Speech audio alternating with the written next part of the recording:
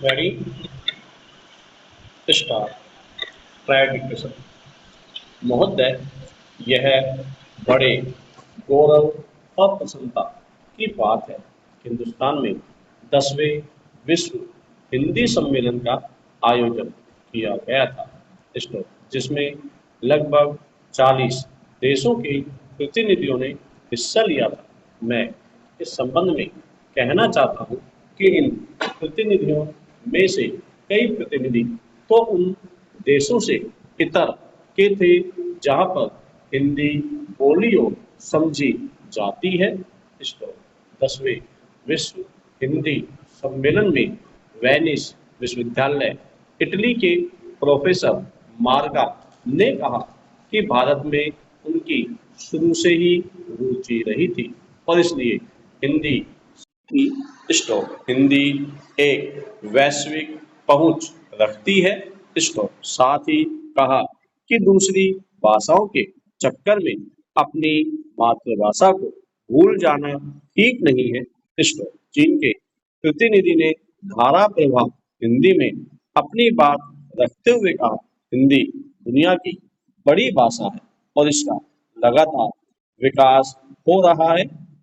इस सम्मेलन में स्वीडन के एक प्रतिनिधि ने कहा था कि हिंदी बहुत समृद्ध भाषा है, लेकिन इसमें अन्य भाषाओं के समृद्ध शब्दों को समाहित करके और समृद्ध बनाना चाहिए।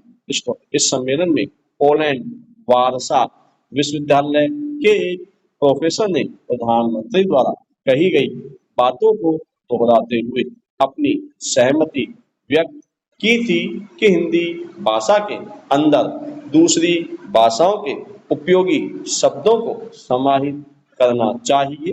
पैरा इजराइल पर हमास के हमले पर अमेरिका की प्रतिक्रिया किसी प्रहसन से कम नहीं रही है।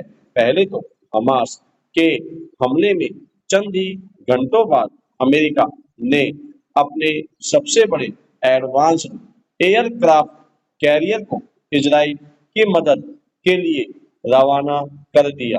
इसके बाद प्रेसिडेंट बाइडन ने इजराइल से आग्रह किया कि वह संयम का परिचय दे। जाहिर है कि इजराइल ने इसे अनसुना कर दिया और गाजा पर बमबारी जारी रखी। इसमें अभी तक कम से कम 3000 लोगों की जाने जा चुकी है।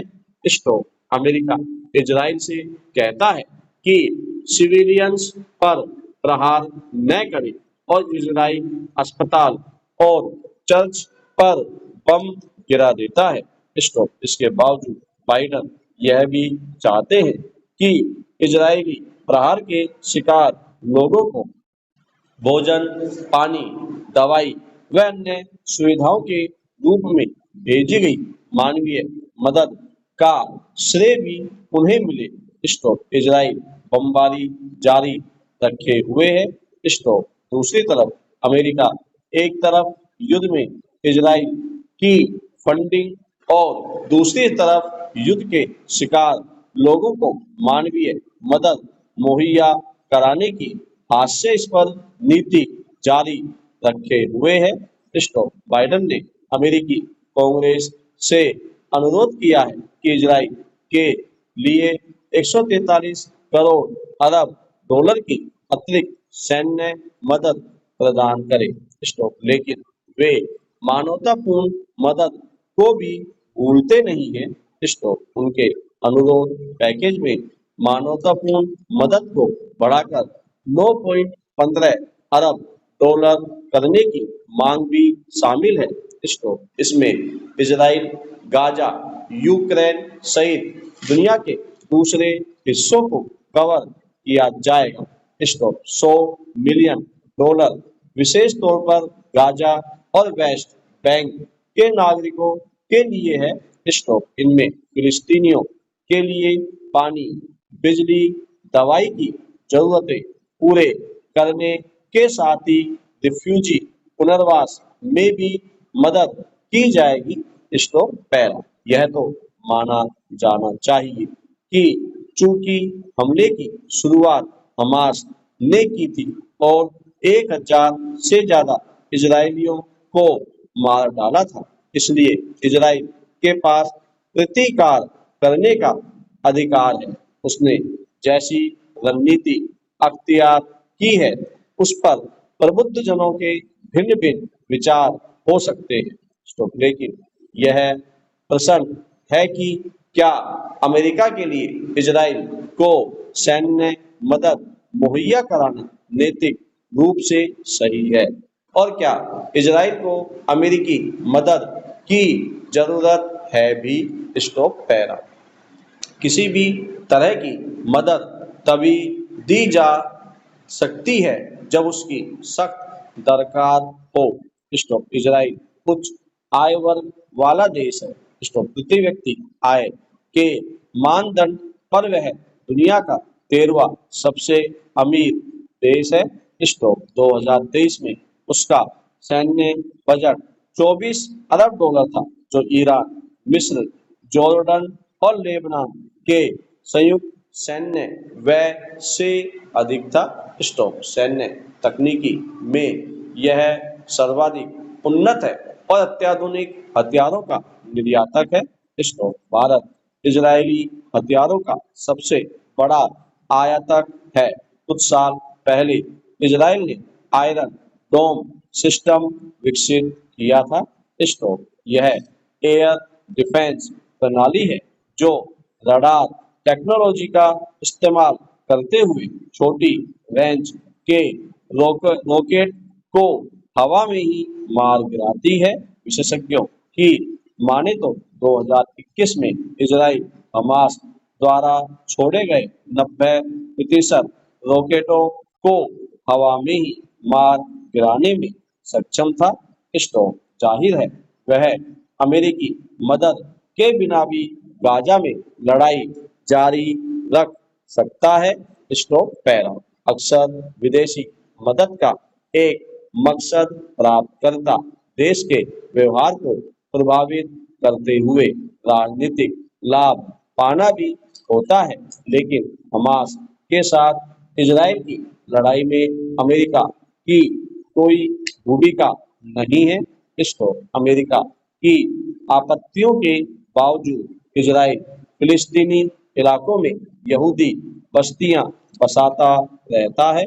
स्टॉप। इसके बावजूद अमेरिका को लगता है कि उसके पास अपने पैसों का इस्तेमाल करने का कोई और तरीका नहीं है। स्टॉप। 2021 में दोनों पार्टियों के 235 से ज्यादा यूएस हाउस रिप्रेजेंटेटिव्स ने यूएस हाउस एप्रोप्रिएशन कमेटी को पत्र लिखकर कहा था कि बिना किसी शर्त के इजराइल की फंडिंग करते रहे। 1946 से 2023 के बीच अमेरिका इजराइल को 264 अरब डॉलर की मदद दे चुका था। स्टॉप। इसलिए इसके बाद दूसरे नंबर पर मिस्र था, लेकिन इजराइल को दी गई मदद मिस्र की तुलना में 70% अधिक थी। स्टॉप। विडंबना यह है कि अमेरिकी मदद को समाप्त करने का मसला इजरायली मीडिया और राजनीतिक वर्ग द्वारा उठाया जाता है। उनका कहना है कि इससे अंततः अमेरिकी हथियार निर्माताओं को ही फायदा होता है और इजरायली डिफेंस कंपनियां घाटे में रह जाती हैं। स्टॉप। इससे इजराइल की निर्भरता भी अमेरिका पर बढ़ जाती है। Stop para. बीते 2 दशकों से अमेरिका के लोगों का मूड यह रहा है कि दुनिया भर में हो रहे युद्धों में अमेरिका खुद को न उलझाए, लेकिन हमास के हमले के बाद यह बदल गया है। मध्य पूर्व में अमेरिका की बेतुकी नीतियों को इस बार उसके बुद्धिजीवियों का लगभग पूरा समर्थन प्राप्त है। अमेरिका एक संयुक्त शक्ति है, अतः वह परमाणु शक्ति व उसे संचालित करने के लिए प्रचुर मात्रा में धन का स्वामी है, इसलिए ऐसी लड़ाई में अमेरिका का हस्तक्षेप करना उसकी आर्थिक स्थिति पर कोई जोर नहीं डालेगा।